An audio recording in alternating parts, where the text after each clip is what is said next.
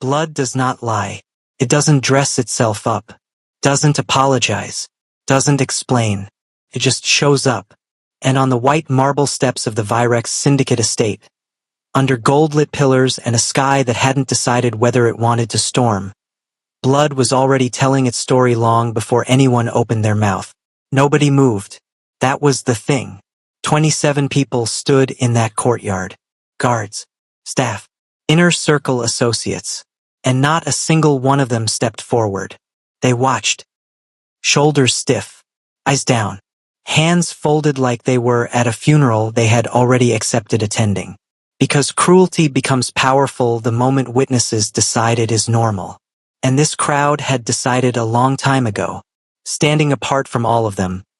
White knit sweater, stone-colored slacks, a thin cane held loosely in one hand, was a young man with silver-white hair and eyes that didn't quite focus on anything. Not because he was looking away, because he couldn't see. His name was Ilias Rowe. No rank, no title, no protection. A cut ran along his left cheekbone, clean and deliberate, still wet. His lip was split on one side. His posture was the part that didn't make sense. Because he wasn't folded over. Wasn't pressing himself into the wall or gripping his cane like a life raft. He just stood there, quiet, still, upright, like he had already made peace with whatever came next. That stillness was what cut through the noise first. Before the voice, before the footsteps, before any of it. Because in a courtyard full of people performing loyalty, Ilias was the only one performing nothing. Then the front doors opened. Not loudly. Not dramatically, but the temperature in that space dropped the moment it happened. Cale Draven walked out. He was in all black. Fitted jacket, no tie, one button undone at the collar. Dark hair, sharp jaw, the kind of face that looked carved with a very specific intention. To be the last thing someone sees before they reconsider their choices. He was the youngest of the Triplet Alpha Kings, and yet somehow the one every guard in that courtyard tracked first when he moved. He walked slowly, not because he was unsure, because he never needed to rush. He had taken maybe 4 steps across the marble when the hand found his sleeve. 2 hands, actually, clutching. Cale. The voice behind him was already unraveling. Cale, wait. Just listen to me. You're making a mistake. Saurian veil. Blonde hair. Cream-colored jacket. Beautiful the way expensive, breakable things are beautiful. He was Cale's fiancé. Officially, publicly, contractually. The one who smiled at galas. Who shook hands with ministers. Who stood at Cale's left side in every formal photograph. Right now, he looked like none of that. Right now, he looked like someone who had just realized the ground under him had been glass this whole time. His fingers were white-knuckled on Cale's sleeve. His composure, the composure that had carried him through years of syndicate politics, was gone. His eyes were red, not from crying, from something closer to desperation. You're making a mistake, he said again, lower. Cale did not stop walking. He did not look at Saurian. He looked past him, straight to Ilias. The blood on that face, the cane. The way the young man's chin was lifted slightly, not in defiance, not performing strength, just holding. Cale's jaw moved once, a single slow tighten, like something behind his eyes had just locked into place. He stopped walking. The whole courtyard held its breath. Saurian took that pause as an opening. He stepped around, positioning himself between Cale and the sight line to Ilias, putting both hands flat against Cale's chest now. He provoked it, Saurian said quickly. He was out of line. I handled it the way it needed to be handled. You weren't here, Cale. You don't understand the full. Who gave that order? Not a question. The words came out flat and even and so quiet that the guards in the back row leaned in without realizing they had. Saurian blinked. I just told you I did. Because he. Who gave that order? Same words. Same tone. Colder this time. Like the first time had been a courtesy. Saurian's hands slowly dropped from Cale's chest. Something in his expression shifted. A flicker, a recalculation. The tears that had been threatening the edges of his eyes were gone now, replaced by something more careful, more controlled. "You're going to choose him," Sorian said softly. "Over me. Over everything we built." Kale finally looked at him. Full eye contact. Unhurried. "I'm going to ask you one more time." Sorian's mouth pressed into a thin line. "Hi viewers, if you were standing in that courtyard silent and watching, would you have stepped forward? Or would you have stayed still like everyone else? Drop your answer below. I read every single one. Because here's the thing about silence. It doesn't stay neutral. In a moment like that one, with blood already on the marble and a crowd of 27 people deciding where to look, silence becomes a vote. It says, "I saw this and I chose not to." The guards around that courtyard all had eyes, all had working legs, and not one of them moved toward Ilias. Not one of them had moved before Kale came out, either. They had simply watched Sorian Vale give an order, watched it get carried out, watched Ilias absorb it without a sound. And then they went back to standing exactly where they were supposed to stand. That is what institutional cruelty looks like. It doesn't announce itself. It just becomes the room temperature, and people adjust. Kale's gaze moved once, just once, back to Ilias. The younger man had not shifted in the last several minutes. Hadn't turned toward the argument happening 10 feet from him. His cane rested light in his grip. The cut on his cheek had started to dry at the edges. His breathing was slow and even, like he was somewhere slightly outside of the moment, not checked out, just conserving. Something moved behind Kale's eyes, something that didn't have a name yet. He turned back to Sorian. "You're going to want to step back," Kale said. Sorian laughed, short and brittle. "Or what?" Kale didn't answer. He just took one slow step forward. Sorian stepped back. He didn't mean to. It was automatic. The kind of step that happens when the body knows something the ego hasn't finished processing yet. Kale walked past him. Sorian turned, watching, jaw tight. "Kale. Kale. I'm talking to you. This is not over." But Kale was already moving across the courtyard. Steady. Measured. Each step placing exactly where it needed to. He stopped 6 feet from Ilias. The younger man's head tilted, just slightly, at the sound of footsteps stopping. He didn't speak, didn't reach out, just waited, listening to the space between them. Kale studied the cut, the split lip, the way Ilias was holding himself up on nothing but habit and something that looked a lot like refusal. The guards around the perimeter were very still. Sorian's voice came again from behind, quieter now, but shaking with something that wasn't grief anymore. "You don't even know who he is, Kale. You don't know anything about." Kale turned his head. Just enough. And Sorian stopped talking. The silence that followed was not peaceful. It was the kind of silence that has weight. The kind that presses on eardrums and makes people check their exits. Kale turned back to Ilias. He didn't speak. Not yet. He stood there, studying the young man who had been punished in his courtyard, in his estate under his name, and who had not made a single sound about it. One of the senior guards shifted his weight. Just slightly. Kale caught it. "Leave," he said. Everyone moved. Sorian opened his mouth. Everyone. The courtyard cleared in under a minute. And in the silence that was left, just marble and lamplight and the distant sound of evening traffic past the gates. Kale stood very still in front of Ilias Rowe. His jaw was tight. His hands were loose at his sides. And for the first time in longer than he could remember, Kale Draven paused mid-step. And didn't react. Not yet. He turned and walked toward the east wing. Slowly. Without looking back. Leaving Ilias standing alone in the emptied courtyard. Still upright. Still quiet. Cut drying on his cheek. The lamplight flickered. And somewhere at the end of the corridor, Kale stopped walking. His head dropped, just slightly. 3 words came out. Low. Even. Like a decision being made in real time. Who gave that order? He walked away. That was the part no one expected. In the years since Kale Draven had taken his seat in the Virex Syndicate, The years of closed-door negotiations and border conflicts and internal power tests. People had built a very specific image of what he did when something angered him. He moved fast. He responded immediately. He shut problems down before they could breathe. He did not walk away, but he walked away. And Saurian Vale, still standing on the marble steps of the East Corridor with both hands hanging at his sides, watched him go and felt something he hadn't felt in years. Relief, because Kale had walked away, which meant, in Saurian's calculation, that it was over. Filed and forgotten. That whatever brief and inexplicable interest Kale had been paying to that nobody, that blind, low-ranked, discarded Omega with no name worth using, had reached its limit.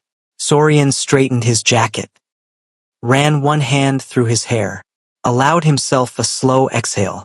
He almost smiled. That was his first mistake. Because Kale was not walking away from it. He was walking away from Saurian, watching him deal with it. There is a difference. The most dangerous people are not the loud ones. They are not the ones who flip tables or raise their voices or let you see the moment they decide something. They are the ones who delay their reaction, who give you just enough space to believe you've won. And then they come back with receipts. Kale reached his private office on the 4th floor. He did not sit. He pulled up the security feed. The main courtyard, 4 angles. Timestamp running from 6 hours earlier. His fingers moved quickly across the console, rewinding, scanning. He had done this kind of review before for security breaches, for suspected leaks, for men who thought loyalty and proximity were the same thing. He had never done it for this reason. The footage played. 6:14 p.m. Staff moving normally through the courtyard. Kitchen delivery. Guard rotation. 6:31 p.m. Ilias crossing the far side of the courtyard, white sweater, cane, head angled slightly down. Moving toward the supply corridor where he was apparently permitted to collect his weekly food allotment. 6:33 p.m. 3 guards stepping out from a side entrance. Not randomly. From the left access point, where Saurian's personal unit was stationed. 6:34 p.m. Saurian appearing at the top of the east steps. Arms crossed. Watching. Kale's hand went still on the console. He rewound to 6:34. Watched it again. Saurian. Arms crossed. At the top of the steps. Watching. Not passing through. Not coincidentally present. Watching. Like someone who had arranged a seat for themselves. Kale rewound to 6:33. Watched the guards step out. Watched the angle they took, direct, deliberate, cutting off Ilias' path before he could reach the corridor entrance. He rewound further. 6:28. 1 guard entering through the side gate, checking something on a device. 6:29. 2nd guard receiving a message. 6:30. Both relocating. Coordinated. Kale leaned back slowly in his chair. He sat very still for a long time. Then he pulled up a secondary screen and began running names. Every guard stationed on Saurian's personal rotation for the last 30 days. Every access log from that side gate. Every message that had been routed through the estate's internal channel in the 6 hours before the incident. He was methodical. He was quiet. Not one person on that estate would have been able to look at him through the cameras and tell that anything was different. His face was neutral. His body language was the same controlled stillness it always was. But in the back of his mind, the footage kept running. Specifically the part he kept returning to. Not 6:34, where Saurian stood watching. Not 6:33, where the guards moved in. He kept returning to 6:36. After. When Ilias was left standing alone, bleeding, and did not sit down, did not call out, did not reach for the wall, just stood. Kale had reviewed a lot of footage in his life. Personnel evaluations, crisis response, interrogation recordings. He had seen people under pressure behave in every direction. Collapse, explode, beg, perform, freeze. He had never seen this particular thing. This stillness. Not the stillness of someone in shock. Not the stillness of someone who had been beaten into numbness. Something deliberate. like a person who had decided, at some point far earlier than tonight, exactly what they would and would not give to anyone who was watching. Cale rewound to 636 again. He watched the way Ilias held his cane loose, not tight. The way his shoulders stayed level. The slight angle of his head, like he was listening to the space around him rather than trying to see it. The way he did not beg. Not once. Cale stopped the footage. He sat in the quiet office for a long time with his hands flat on the desk. Then he pulled up the estate's personnel files and typed one name. Ilias Rowe. The file that came back was thin. Almost offensively thin. Date of arrival. Assigned housing, Lower East Wing, minimum grade unit. Omega classification. Rank, unassigned. Status, transitional placement, pending reassignment. Pending reassignment. Which was the syndicate's polite way of writing, waiting to be moved somewhere else, or waiting to be forgotten entirely. There was no photograph in the file. There was no next of kin listed. There was no record of any formal complaint, request, or communication originating from Ilias Rowe in the entire duration of his time on the estate. Cale stared at that last line. No complaints. Not because nothing had happened. The footage answered that plainly enough. Because he hadn't filed any. Cale closed the file. He opened the security feed again. And for the third time he rewound to 636. He watched. The lamplight in the courtyard. The empty marble. Ilias standing in the center of it, completely alone, not performing for anyone because there was no one left to perform for. That posture. That spine. Cale's jaw tightened slowly. He played it forward. Watched the timestamp tick past 6:37, 6:38. Watched Ilias eventually lower himself to sit on the bottom step of the courtyard wall. Not collapse, not fall, sit. Carefully, like someone rationing their own energy. Then watched him tilt his head back. Eyes closed, or at least appearing closed. Face tilted toward the open sky. Cale watched that for a long time. He reached over and closed the security console. Stood. Moved to the window. Outside, the estate grounds were lit and quiet. The courtyard was empty now. The staff had cleared. Sorian's lights were on in the West Wing. Probably already on a call, probably already managing the narrative, already deciding which version of tonight's story got told to which person. Cale watched the West Wing light for a moment. Then he looked toward the lower east section of the grounds. One small window dim. He stood there long enough that the city sounds outside the gate became background instead of foreground. Long enough for the West Wing light to shut off. Long enough for the grounds to go from quiet to fully still. Then he turned from the window. His hand moved to the intercom on his desk. He pressed it once. Get me Harlan. And pull full access logs for the East Lower Wing for the last 60 days. He released the button. Then he was quiet again. He walked back to the security console and opened the footage one more time. He skipped past everything else. Went straight to 636. And replayed it. That posture. That stillness. The way Ilias hadn't begged. Cale stared at the screen. And in the quiet of that office, in that controlled, measured, deliberate silence, something shifted. Not loudly. Not dramatically. Just enough. He didn't beg, Cale said. No one was in the room. He wasn't talking to anyone. He was just saying it out loud. Like he was confirming something he wasn't yet sure what to do with. He said it once more, quieter, slower, like a question that was still becoming itself. He didn't beg. The East Lower Wing of the Virex Syndicate estate was not designed for living. Not really.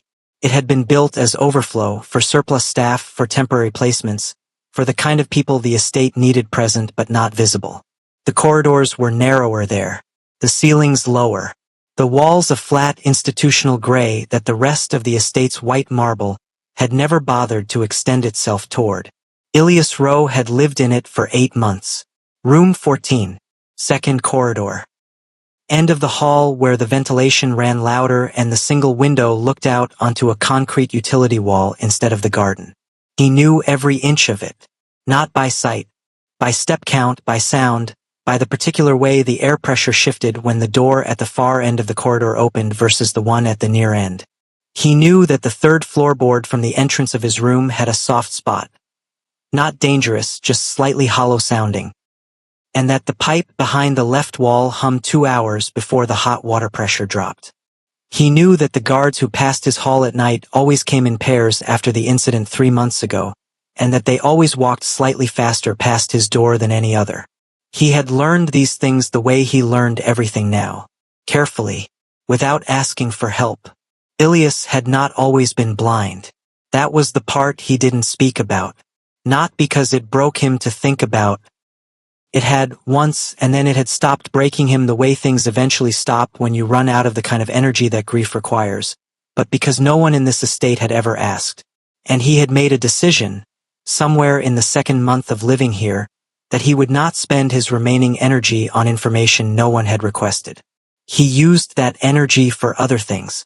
Survival, mostly. Not the dramatic kind. The quiet kind. The kind that looks, from the outside, like simply existing. He woke each morning at the same time, not because an alarm told him to but because his body had calibrated itself to the estate's rhythms. The kitchen exhaust fans turned on at 5:40 a.m. The first light shift of guards completed their route by 5:55. By 6:15 the East Corridor had its first traffic. He ate what was allotted to him. He collected it himself from the supply corridor, the same route, the same time each week. He had learned which routes the higher-ranked members of the estate used and which ones they didn't, and he planned his movements around the ones they didn't. Not because he was afraid, because energy was finite, because every confrontation he absorbed was energy spent. And energy spent defending himself from people who had already decided his rank was an invitation was energy he couldn't use for anything else. This was the math of survival without dignity versus dignity without safety. He had turned both options over many times in the long, dark quiet of room 14. He had sat on the narrow cot and listened to the ventilation system hum and asked himself which one he could live inside without becoming someone he didn't recognize. He had not arrived at a clean answer, but he had arrived at something. A line.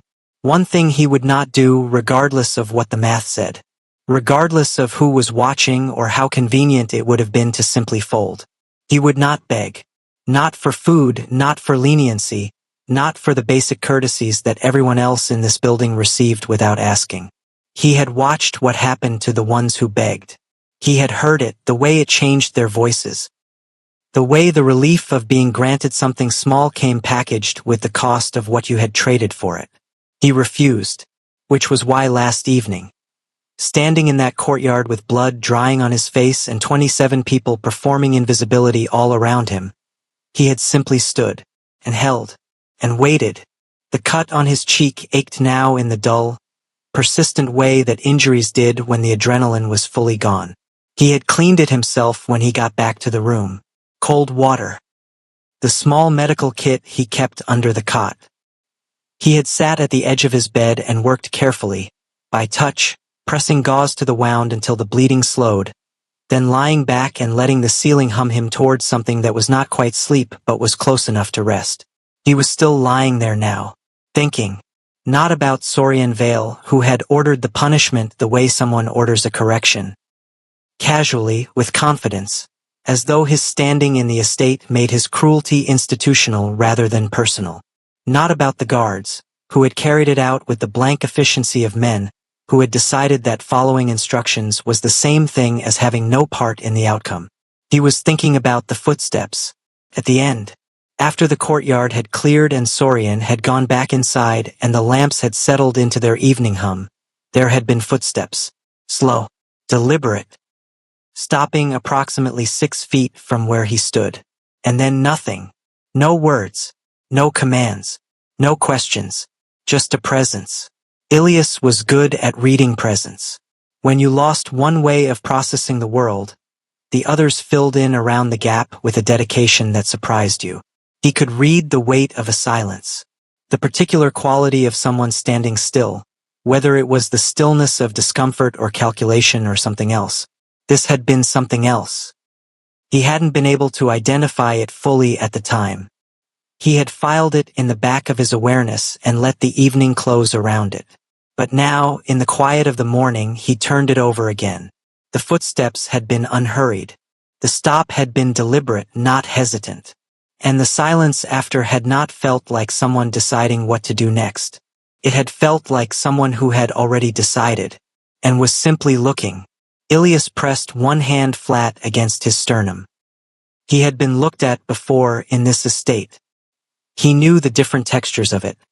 Pity, contempt, discomfort, the particular flat look of people who saw his cane and quietly reclassified him as scenery. He knew what it felt like to be observed the way you observe a thing, not a person. This had not felt like that. This had felt. He stopped the thought before it finished. That was a different kind of danger. He sat up slowly, feet to the floor. He reached for his cane where it leaned against the wall and stood, moving toward the narrow window not to see anything through it but because the cool of the concrete wall on the other side of it meant the morning air had shifted, which meant the ventilation fan in the far corridor would kick on within the next 10 minutes. He was right. Kicked on. He stood in the small, dim room and breathed it in. Then the back of his neck went still. Not from the air. From something else. He turned his head, just slightly, toward the door. The corridor outside was quiet. But not the same quiet as before. Someone was there. Not at the door farther back. Down the hall. Somewhere between the second bend and the end of the corridor. Standing still the way someone stands when they are not passing through. Ilias did not move. He did not call out. He just listened. The presence didn't shift. Didn't move closer. Didn't announce itself. Just stood. In the low, gray quiet of the east lower wing corridor. Still. And watching. No one came to the east lower wing unless they had a reason. That was not a policy written anywhere. There was no memo, no standing order, no formal designation of the corridor as off-limits or low priority. It was simply understood, the way things in institutions become understood when enough time passes without anyone questioning them. The lower east wing was where you put what you didn't want to look at. And what you didn't want to look at, you didn't go visit. So when Ilias registered that presence in the corridor a second morning in a row, he updated his mental map of the situation. Someone had come back. He didn't move toward the door. He stood at the far side of his room, one hand resting on his cane, and waited. He counted the breaths between the moments of stillness, tracked the quality of the silence for shifts the way it had weight sometimes, and sometimes just absence. Then the door opened. Not knocking first. That told him something.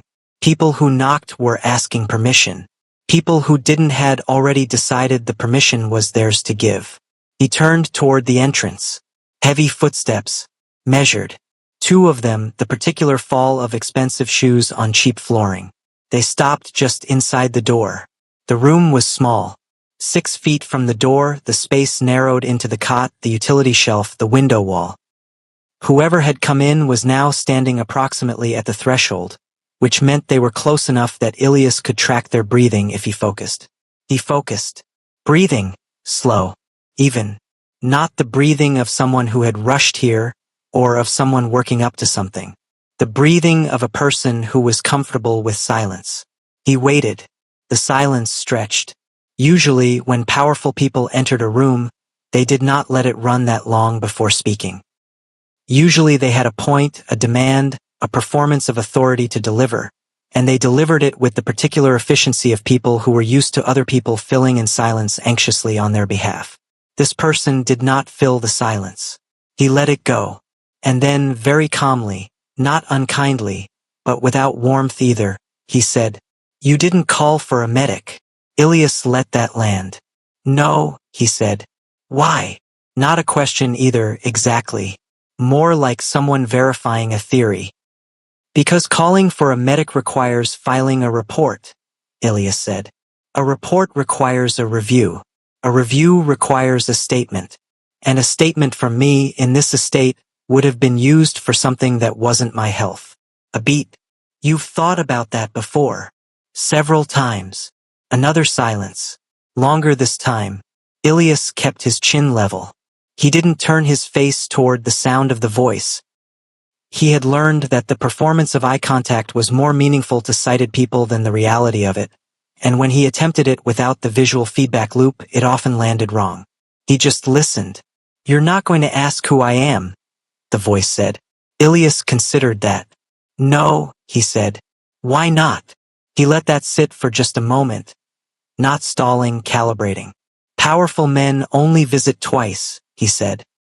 "Either to finish what they started, or because they haven't figured out why they came in the first place." The air in the room shifted.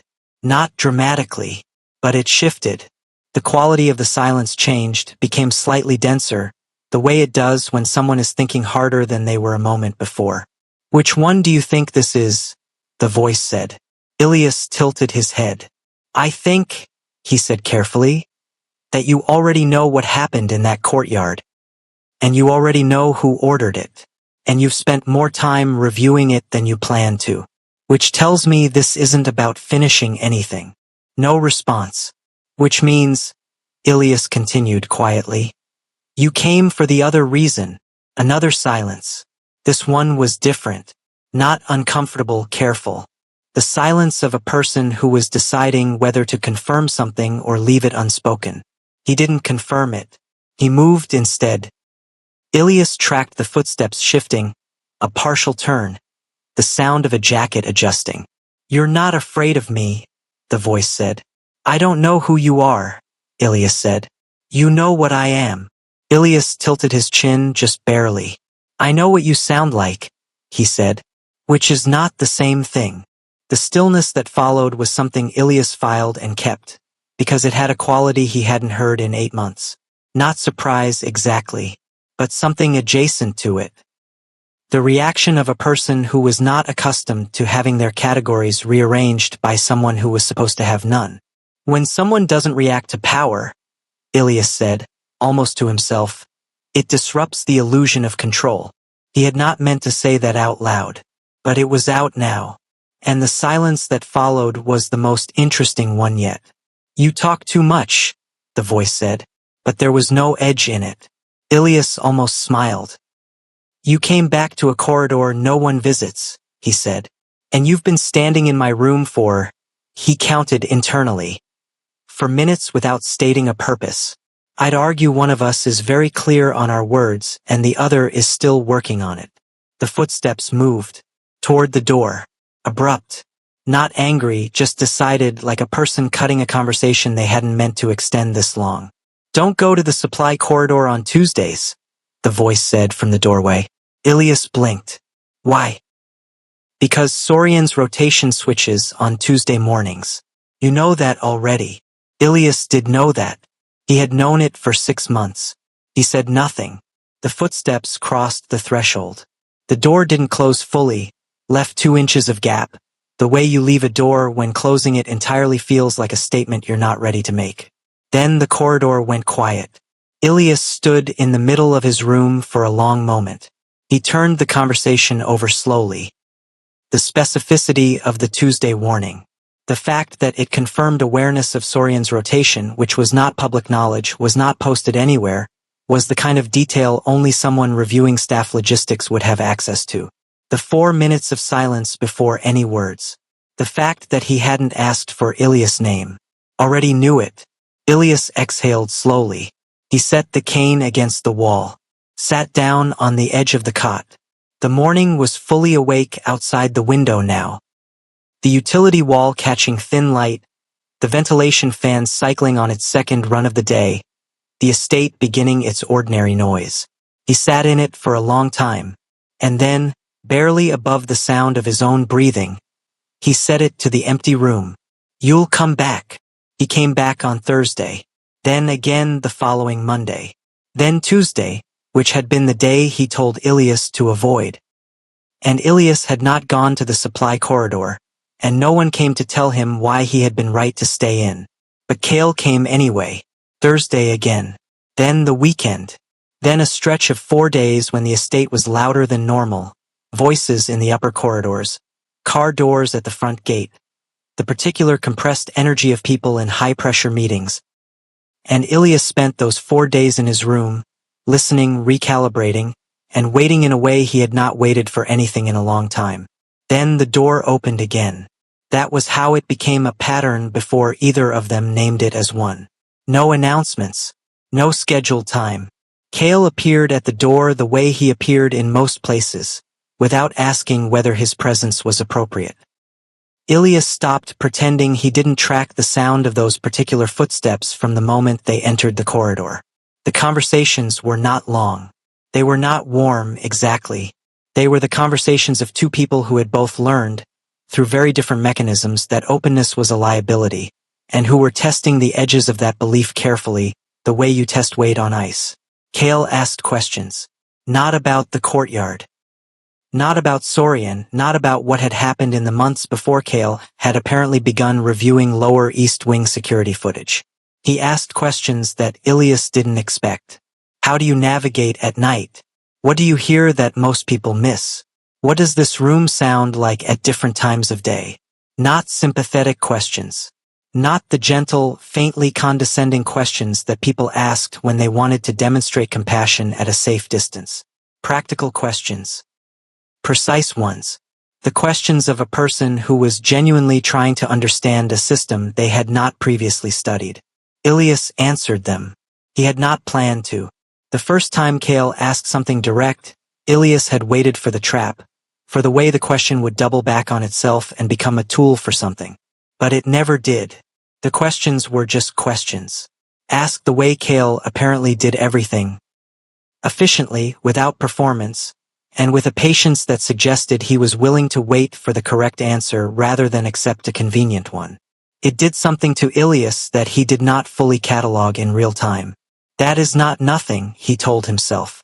When someone who has spent their adult life treating information like currency starts spending some of it on your specific reality, that is not nothing. But he filed the feeling away.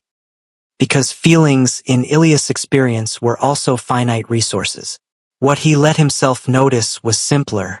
The conversations were the only hours of his day that didn't require vigilance. Not because Cale was safe. Ilias had not made that assessment and had no intention of making it prematurely. But because Cale never performed. He didn't soften his questions to make them easier to answer. He didn't modify his presence to be less imposing. He came in as himself. Controlled, precise, slightly cold, and somehow that was easier to exist next to than the people who performed warmth at him and wanted something for it. This was the math Ilias couldn't quite balance. Being genuinely seen by someone who wasn't pretending to be kind was more disorienting than 8 months of managed cruelty.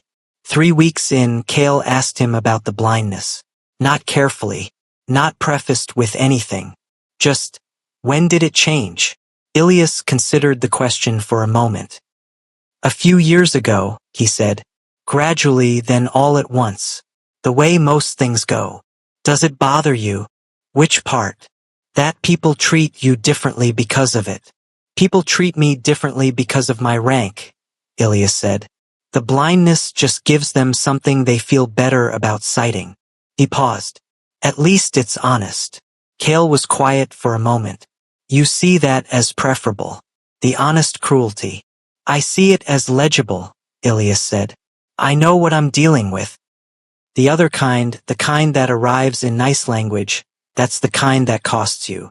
Another silence. Then, what does it cost? Ilias tilted his head. The ability to trust your own read of a situation, he said. When someone is cruel in the open, you know where you stand. When someone is kind and using it, when the warmth is instrumental, you second-guess yourself. You wonder if you're reading it wrong. You start adjusting your behavior for a version of them that doesn't exist. He paused. That's the expensive kind. Cale didn't respond immediately. When he did, it was only, you've had both. Yes, Ilias said. Cale was still. And Ilias noticed, because he always noticed, that the stillness was different from the early visits. In the beginning, Cale's stillness had been the stillness of observation, processing, withholding. Now it had something else in it. He couldn't name it exactly. He filed it. Outside the estate walls, none of this was visible. The upper floors ran as they always had. council meetings, territorial negotiations, the ongoing social architecture of syndicate life. Cale attended the public functions he was required to attend, appeared at the necessary dinners, signed what needed signing. To anyone watching, he was the same. Measured, controlled, impossible to read. But his brothers read him the way only brothers did. Rowan noticed first.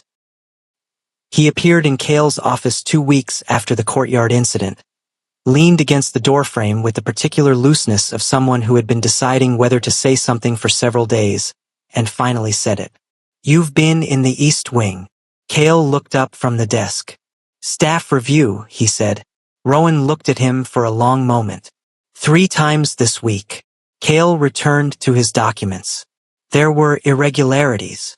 "Cale, the access logs had gaps. I'm reviewing them."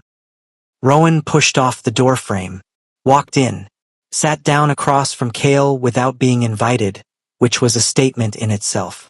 "I'm not asking about logs," Rowan said. Cale did not look up. "I know what you're asking," he said. "Then answer it." "No." Rowan leaned forward, clasped his hands on the desk. His voice dropped, not threatening, something closer to warning. "The syndicate is watching how you handle the Saurian situation. If they see you distracted by— I'm not distracted. By something in the lower wing." "Rowan." Cale looked up. The look was not loud. It didn't need to be. Rowan sat back slowly. The office was quiet for a moment. Then Cale returned to the document on his desk, and his voice came out flat and final in the way his voice got when the topic was closed. "I'll be at the Thursday session." Rowan stood, moved toward the door. At the frame, he stopped. "I'm not wrong," he said. "You're not relevant," Cale said. Rowan left, and Cale sat with that silence until the words on the document stopped being words and became just marks on a page, and he put the document down and went to the East Wing anyway. He stayed longer that evening than he had before. No particular reason for it. The conversation had drifted. Not into warmth exactly, but into a kind of ease that Cale didn't have a ready category for. Ilias was talking about sound, about the particular quality of sound in different parts of the estate, how the upper floors carried differently than the lower, how he could locate himself in the building by echoes alone. He was not performing this information, not offering it to be interesting or to earn something. He was just talking. The way people talk when they're not afraid of the person listening. Cale had found himself at some point in the last 20 minutes sitting, not standing at the door, monitoring the interaction for whatever information it contained. Sitting on the edge of the utility shelf, the only horizontal surface in the room that wasn't the cot, one forearm on his knee, head slightly forward. Listening. He noticed himself doing this and did not immediately stand.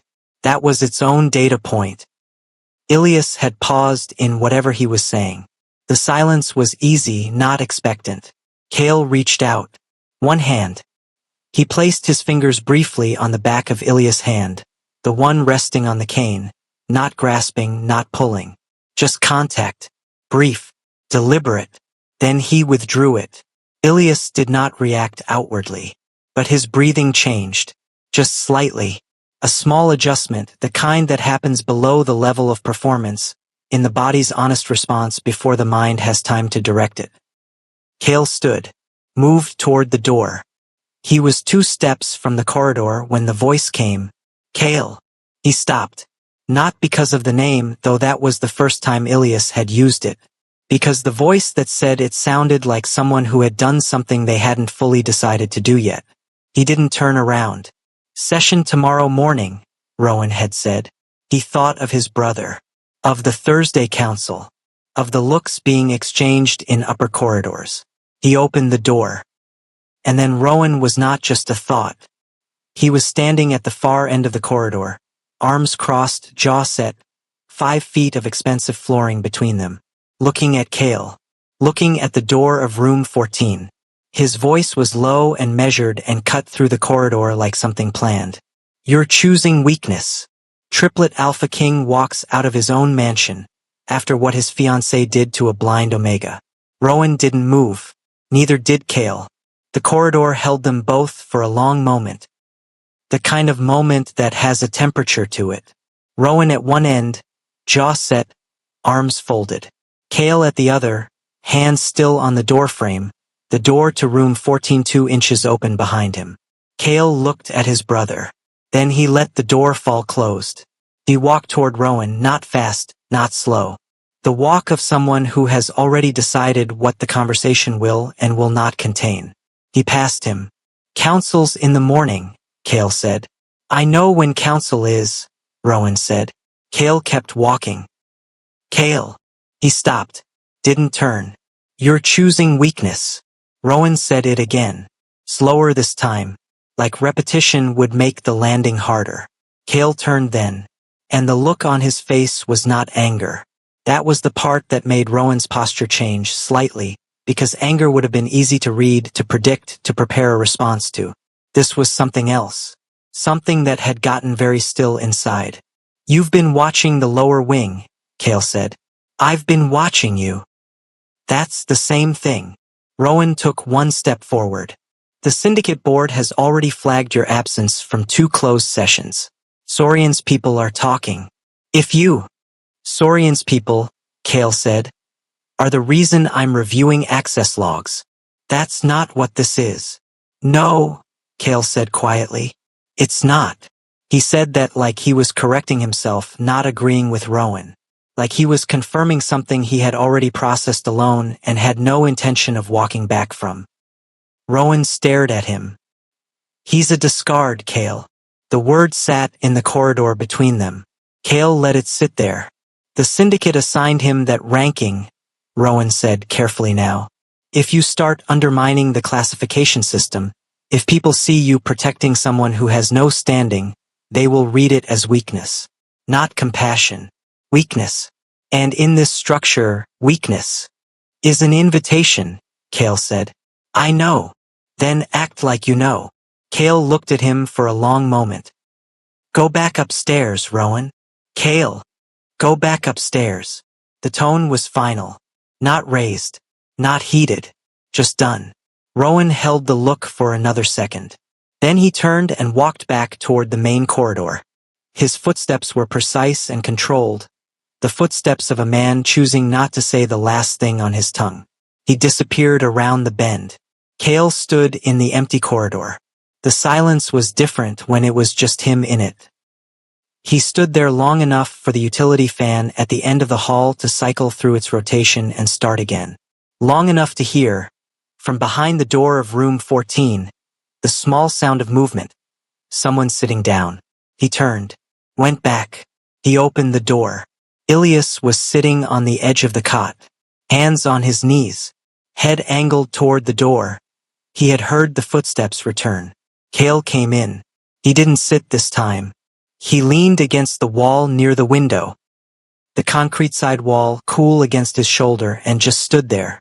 Ilias didn't ask about the voices in the corridor. Didn't ask what had been said. He just waited. And for a long time Cale said nothing either. That was new. In every visit before this one, there had been a direction, a question to ask, a thing to observe, a specific thread Cale was pulling. He always had a reason, even if the reason was not entirely honest about what it was. Tonight he had just come back. No question ready. No direction. Just back. Ilias eventually said, "You're still here." "Apparently," Cale said. A small pause. "You don't have to explain it," Ilias said. "I know. I'm just noting it. Because powerful men who come back without a stated reason are usually working something out." Cale looked at him. "And what do you think I'm working out?" Ilias tilted his head. "I think," he said slowly, "that you've spent a very long time being looked at as a function, an authority, a seat at a table, and something about this room, maybe this specific room, maybe just," he paused, "something about not being able to be seen the way you're used to being seen, makes it easier to just exist in it." Cale was very still. "That's a theory," he said. "It's an observation," Ilias said. The silence that followed was not uncomfortable. It was the strangest kind of quiet, the kind that doesn't ask anything of the people inside it. Cale stayed against the wall. Ilias sat on the edge of the cot, and outside, the estate ran its night routines. Guards rotating, lights dimming in the upper wings, the distant sound of Sorian's West Wing television filtering through the old ductwork. While down here, in a room that the estate had decided didn't matter, two people sat in the kind of quiet that costs something to enter. That matters. Pay attention to that. Because the most dangerous shift isn't power gaining more control. It's power learning empathy. And Cale Draven, in that small dim room, was learning something he had not enrolled in and could not yet name. Eventually, Ilias said something. Quietly, almost to the floor. You don't belong where you think you do. Cale's jaw moved. You don't know where I belong. No, Ilias said. But I know what it sounds like when someone is performing their own life. And you've been doing it every time you walk out that door. The room went very still. Cale pushed off the wall. He moved toward the door. His hand was on the frame and he stopped. Just for a second. 1 second of not walking forward. Then he left. No words. No response to what Ilias had said. He walked out, and the corridor swallowed his footsteps, and the door swung closed behind him. And Ilias sat in the quiet, and waited, and waited. 1 day passed, then 3, then a week. The door did not open. A week is a long time when you have been counting on something you didn't ask for. Ilias did not count the days out loud. He didn't mark them. He told himself for the first 2 days that the absence was ordinary, that a person with Cale's responsibilities disappeared from rooms all the time and it meant nothing. It was a Tuesday, then a Wednesday, then Thursday arrived and went like any other Thursday, and the supply corridor was quiet, and the East Lower Wing was just the East Lower Wing again. By day 5, he stopped telling himself it meant nothing. He didn't know what it meant. That was the honest answer. He had made no agreements with Cale Draven. No promises had been given in either direction. There was no contract, no stated arrangement, no reason for Cale to continue coming to a room that his position in this estate gave him no obligation to visit. What there had been was something harder to name. Pattern. Contact. The particular weight of someone's presence becoming part of your internal architecture before you've consciously decided to allow it. And now it was gone.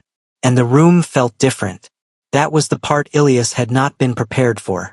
Not the absence of the conversations, not even the absence of the information those conversations carried, but the way room 14 had changed in texture. The ventilation fan cycled the same. The window wall held the same gray light. The cot, the utility shelf, the 12 steps from door to window, all the same. But the room had gotten quieter, which should not have been possible. It had always been quiet. Ilias sat at the edge of the cot on day 7 and held that feeling carefully, the way you hold something you're not sure whether to keep or release. He had let something in. He had known, even at the time, that he was doing it. He had watched it happen from a slight remove, the way he watched most things. Tracked the pattern, noted the cost, decided something about risk. And he had decided, somewhere around the 4th visit or the 5th, that the risk was acceptable. That had been an error in the math. Not because Cale was cruel. He hadn't been. But because hope is its own kind of exposure. It doesn't ask permission. It installs itself in the gaps between what is and what you've stopped yourself from wanting, and it runs quietly in the background until something disrupts it and you discover, suddenly, how much space it had taken. Ilias exhaled. Hope isn't gentle. It's invasive. And when it leaves, it takes more than it brought with it. He stood. He was not going to let this become something that changed his functioning. He had survived Sorian Vale's casual cruelty for 8 months. He had survived the courtyard. He had cleaned his own cut and slept on his own cot and navigated his own corridor and asked exactly no one for assistance with any of it. He would survive this too. He moved to the door, counted his steps to the supply corridor. He would go today, Tuesday warning or not, because he had not gone in 10 days and his food stores were running low. He had recalculated the risk without Cale's information and decided it was manageable. He reached the supply corridor without incident. He was on his way back. Arms carrying the week's allotment, cane in his right hand, left arm balancing the weight, when he heard the voice. You're back to Tuesday runs. Sorian Vale. Ilias stopped walking. He kept his face neutral. The allotment needed collecting, he said. He heard Sorian take several steps, moving from the side of the corridor to the center of it. Not blocking the path entirely, but narrowing it. He's not coming back, you know, Sorian said. Ilias did not respond. Whatever you thought was happening, whatever he let you think. Sorian's voice was lighter now, almost conversational.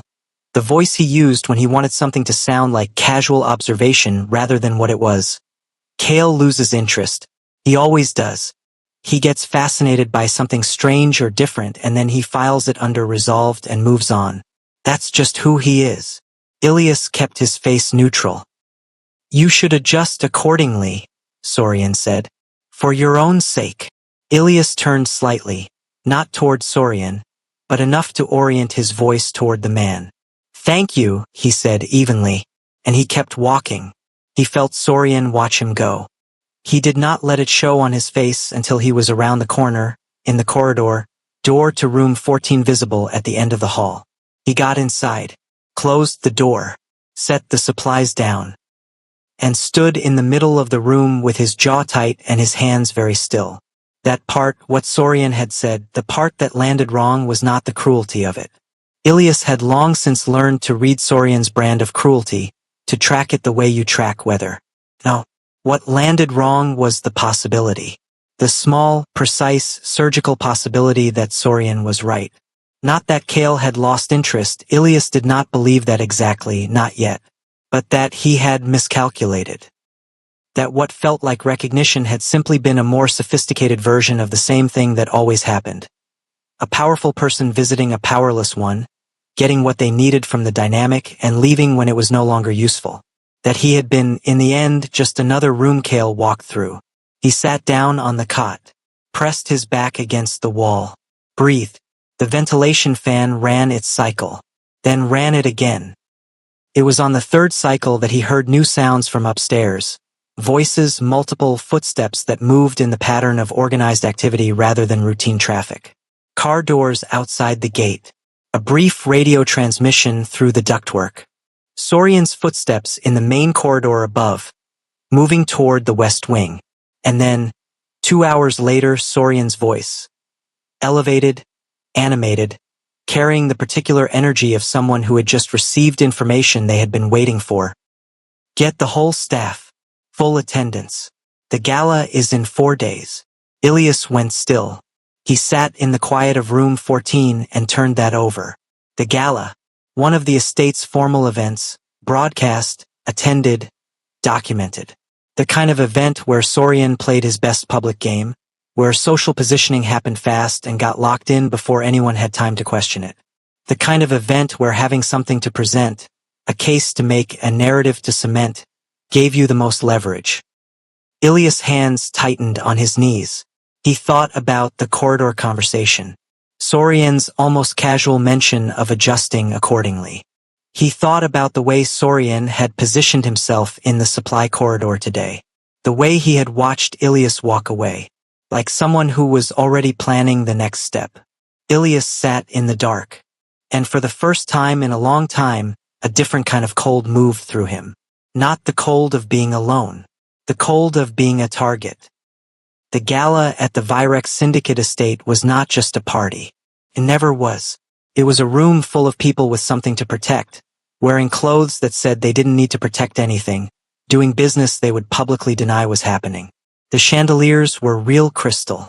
The catering was flown in. The guest list was curated with the same precision as a legal filing, because in this world, who you stood next to in a room became part of your public record. Sorian Vale had planned this one for 6 weeks. The invitations had gone out before the courtyard incident. But the evening's program, that had been rewritten in the last 4 days. The ballroom of the estate's main hall was full by 9 p.m. Ministers, attorneys, syndicate council members, 3 visiting representatives from allied families. The kind of crowd that remembered everything and forgave nothing. Ilias had not been told he was attending. He had been collected. 2 guards from the upper rotation. Not the East Wing staff but the formal event security, taller, suited, had knocked on the door of room 14 at 8:45 and told him he was required in the main hall. No explanation. No preparation time given. One of them had handed him a clean shirt and indicated he had 3 minutes to change. He had changed. He had taken his cane and walked between them without asking questions. Because he understood already. He had understood it since the gala announcement 4 days ago. Since the supply corridor. Since Sorian's too easy voice delivering that too precise message about adjusting accordingly. This was the next step. The ballroom opened around him as the guards led him inside. He tracked it by sound first, the way he tracked everything. The crowd noise dropped as he entered. Not to silence, to that particular adjusted register that means a room is redirecting its attention. The clink of glasses pausing. Conversations finding a lower volume. He kept his chin level. He kept his steps even. He did not reach for the wall. They stopped him in the center of the room. Not near the edges where people could pretend not to look. The center, where the chandelier light came down clean and there was no furniture to break the sight lines.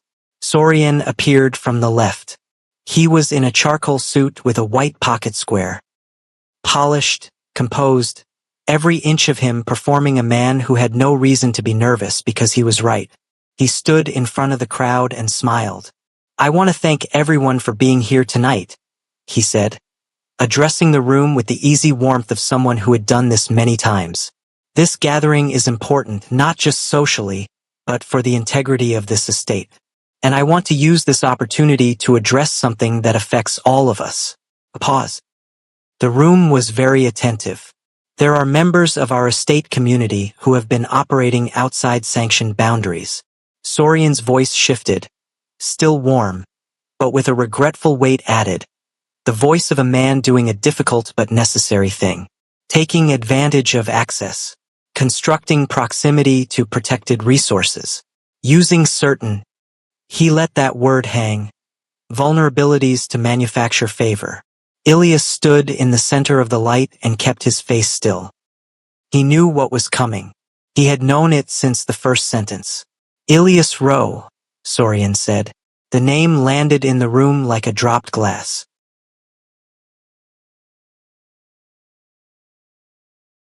Has been placed here as a transitional placement with no formal standing, no verified background, and no confirmed family record. And yet, in the past several weeks, he has been documented accessing restricted corridors, initiating unsanctioned contact with leadership. Someone in the crowd murmured. Just one person, but the sound was affirming, and conducting himself in a manner that raises serious questions about his intentions. That was it. That was how it worked. Not a single specific lie, nothing that could be checked against a hard fact and disproven. Just framing. Just the arrangement of true words into a false shape.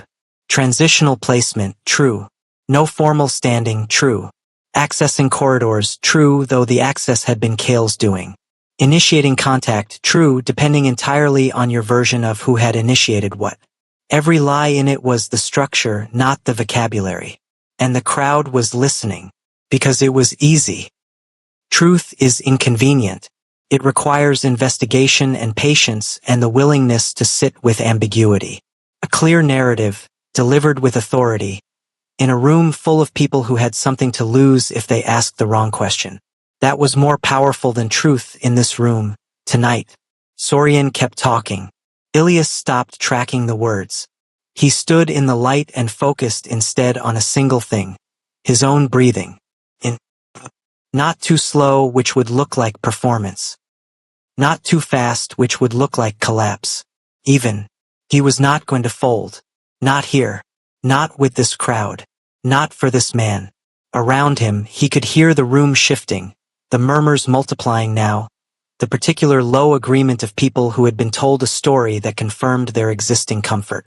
It was easier to believe Sorian. It was always easier to believe the person standing in the formal suit with the guest list and the chandeliers. The person with standing. A guard near him reached out, a hand on his arm, directing, moving him. Ilias held his ground for 1 full second. Just one. Then he let himself be moved. Because resisting physically, in this room, with these witnesses, would only add another layer to the narrative Sorian was constructing. And Ilias had enough strategy left in him to know which battles to spend himself on. But he did not lower his chin. He kept it level. He kept his spine where it was. And the room watched. Most of them had made their decision already. He could feel it in the particular quality of the silence, the way it had stopped being curious and become settled. The way people look when they're relieved to not have to think further about something. Sorian had reached the part of his speech that sounded like conclusion, the sympathetic, institutional kind, the part where the decision had already been made and was being dressed in procedural language. Given these concerns, I am recommending immediate review of Ilias Rowe's placement status and a formal request for reassignment. Reassignment, which meant removal, which meant the ballroom doors opened, not loudly, not with any announcement, just opened, and the crowd turned. Sorian turned, and the room went so quiet that the chandeliers seemed louder. He was dressed in all black again, same as the night of the courtyard. But that was where the similarity ended. Because Cale Draven, standing in the doorway of that ballroom, did not look like the same man who had walked out of the mansion in silence 3 weeks ago. He looked like something had been decided. In him. Not performed. Not assembled for the occasion. Decided. His jaw was set. His eyes swept the room once. Not scanning nervously, reading. The way you read a page you've already studied. He took in the crowd, the formation, Sorian at the front, Ilias in the center of the light. He stopped on Ilias for one moment. Then he walked in. No staff announcement. No side escort. Just his footsteps on the marble floor, deliberate and unhurried, crossing the ballroom while 200 people watched and not one of them spoke. Sorian recovered first. Cale. His voice was careful, calibrated, the voice he used when he was still deciding which version of a situation to claim. You're here. I didn't know you. I know you didn't, Cale said. He kept walking. Past the first row of guests. Past the second. Straight toward the center. I want to explain, Sorian started. You've been explaining for 20 minutes, Cale said. To this room. He stopped, turned to face Sorian. The distance between them was approximately 6 feet, the same distance that had stood between Cale and Ilias in the courtyard 3 weeks ago. This time it was the distance between Cale and the man who had ordered that courtyard into existence. Where were you? Sorian said, and the damage in his voice was visible now, cracking through the polish. Confirming what I already suspected, Cale said. You've been gone for 3 weeks. You just disappeared, Cale. You didn't tell anyone, you didn't leave any access logs, Cale said. The room went quieter. Syndicate financial records. Property transfer documentation. 3 private communications between your council and the secondary board. The formal request, your formal request, to reclassify Ilias Rowe 6 months before the courtyard incident. That landed. Pause on that, because the room did. That's not, Sorian started. It's documented, Cale said. Time-stamped. Your seal. Sorian's face had gone the particular still of someone whose next move is still loading. And Cale let him stand in that stillness for the whole room to see. Power isn't proven when it appears. It's proven when it returns differently. When it comes back having done the work the first time didn't require. When it shows up not with noise but with evidence. That's what control actually looks like. Not the loudest person in the room. The one who already has the room's floor plan. Cale turned to the crowd. Ilias Rowe arrived at this estate under a valid transitional agreement. His placement was sanctioned. His access to shared estate corridors was within standard movement protocol. Every deviation from standard procedure that occurred in the last 8 months was initiated externally, through guard reassignment, supply route modification, and selective communication restrictions. He paused, none of which originated with Ilias. The murmur that moved through the crowd now was a different kind. Not affirming, recalculating. Sorian stepped forward. You've spent 3 weeks building a case against me. I spent 3 weeks reviewing what was already there. Kale said. I didn't build anything. You did. Sorian's voice broke open. Just slightly. Just enough. You're choosing him, he said. Over everything. Over the estate. Over the council, over. I'm choosing accuracy, Kale said. That's not what this is, Kale, and every person in this room knows it. You went to that wing every day for weeks, you were never in council, you were never… Sorian. One word. The same way he had said who gave that order in the courtyard. The same flat, even, final delivery. Sorian stopped. Remove yourself from this event, Kale said. The silence that followed had a particular quality to it, the quality of 200 people recalibrating simultaneously. Sorian looked at him for a long moment, and then something in his face broke, not dramatically, not in collapse, but in the specific way things break when the last argument is gone and there is nothing left to say. The composure he had carried for years, the careful, polished armor of a man who had built his proximity to power into an identity. It came undone, not in a scream, not in a scene, but in the small, terrible stillness of a person understanding that the game they believed they were winning had been over for 3 weeks. He turned. He walked toward the ballroom doors. He did not look back. The room watched him leave. No one followed.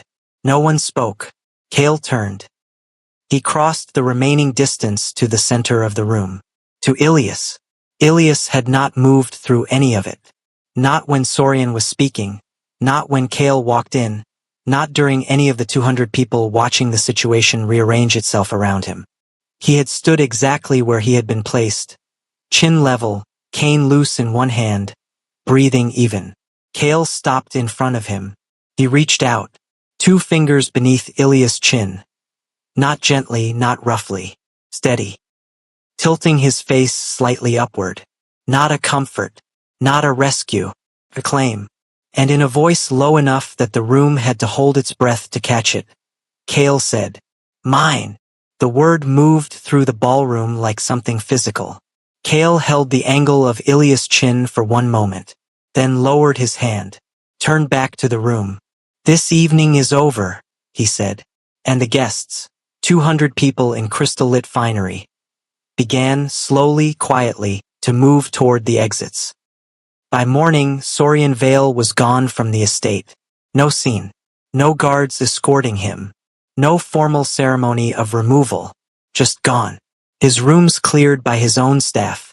His vehicles off the property before the first light shift completed its route. The West Wing sitting quiet and dark in a way it hadn't since he arrived. That was how Kale handled it. Not loudly. A cold, procedural, final dismissal, the kind that doesn't give the dismissed person a stage to perform their exit on. No raised voices. No public stripping of status. Just a door that was now closed. The estate adjusted the way institutions adjust. Faster than anyone admitted. More completely than anyone acknowledged. By midday, Sorian's name had been removed from the 2 active committee appointments he held. By the afternoon, his access codes had been deactivated.